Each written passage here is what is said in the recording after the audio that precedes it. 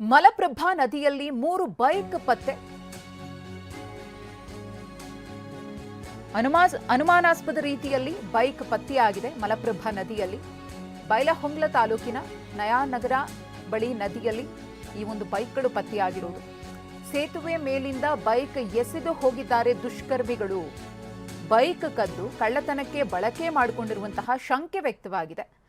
ಬೈಲಹೊಂಗಲ ಪೊಲೀಸರು ಭೇಟಿ ನೀಡಿ ಪರಿಶೀಲನೆಯನ್ನು ಮಾಡಿದ್ದಾರೆ.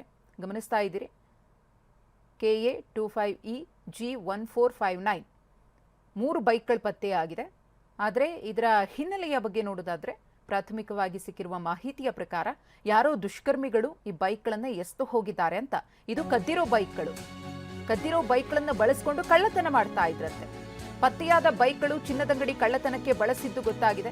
ಡಿಸೆಂಬರ್ 22ರಂದು ಸವದತ್ತಿ ಪಟ್ಟಣದಲ್ಲಿ ಚೆಡ್ಡಿ ಗ್ಯಾಂಗ್ನಿಂದ ಕಳ್ಳತನ. 12 ಲಕ್ಷ ಮೌಲ್ಯದ ಚಿನ್ನವನ್ನ ದೋಚಿ ಈ ಗ್ಯಾಂಗ್ ಪರಾರಿಯಾಗಿತ್ತು.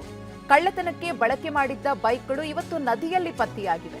ಕಳ್ಳರ ಕೃತ್ಯ ಅಂಗಡಿಯ CCTV ಕ್ಯಾಮೆರಾದಲ್ಲಿ ಸೆರೆಯಾಗಿತ್ತು. ಆ ಕೃತ್ಯಕ್ಕೆ ಬಳಸಿದಂತಹ ಬೈಕ್ಗಳು ಅನ್ನೋದು ಇದೀಗ ಗೊತ್ತಾಗಿದೆ. ಕಳ್ಳತನ ಆಗಿರುವಂತಹ ಬೈಕ್ಗಳು ಇದು ಯಾರಿಗೆ ಸಂಬಂಧಪಟ್ಟಿದ್ದು, ಅಟ್ಲೀಸ್ಟ್ ಈ ನಂಬರ್ ಡಿಸ್ಪ್ಲೇ ಆದಮೇಲೆ ಯಾರಾದರೂ ಬಂದು ತಮಗೆ ಸಂಬಂಧಪಟ್ಟಿದ್ದು ಅಂತ ಹೇಳ್ತಾರಾ ಪೊಲೀಸ್ ಠಾಣೆಯಲ್ಲಿ ಅನ್ನೋದನ್ನು ಕಾದು ನೋಡಬೇಕಿದೆ. ಇನ್ನು ಕಳ್ಳತನ ಆಗಿದೆ ಅಂದರೆ ಈಗಾಗಲೇ ತಮ್ಮ ಗಾಡಿ ಕಳೆದು ಹೋಗಿದೆ ಅಂತ ದೂರನ ಸಹ ಕೊಟ್ಟಿರ್ತಾರೆ.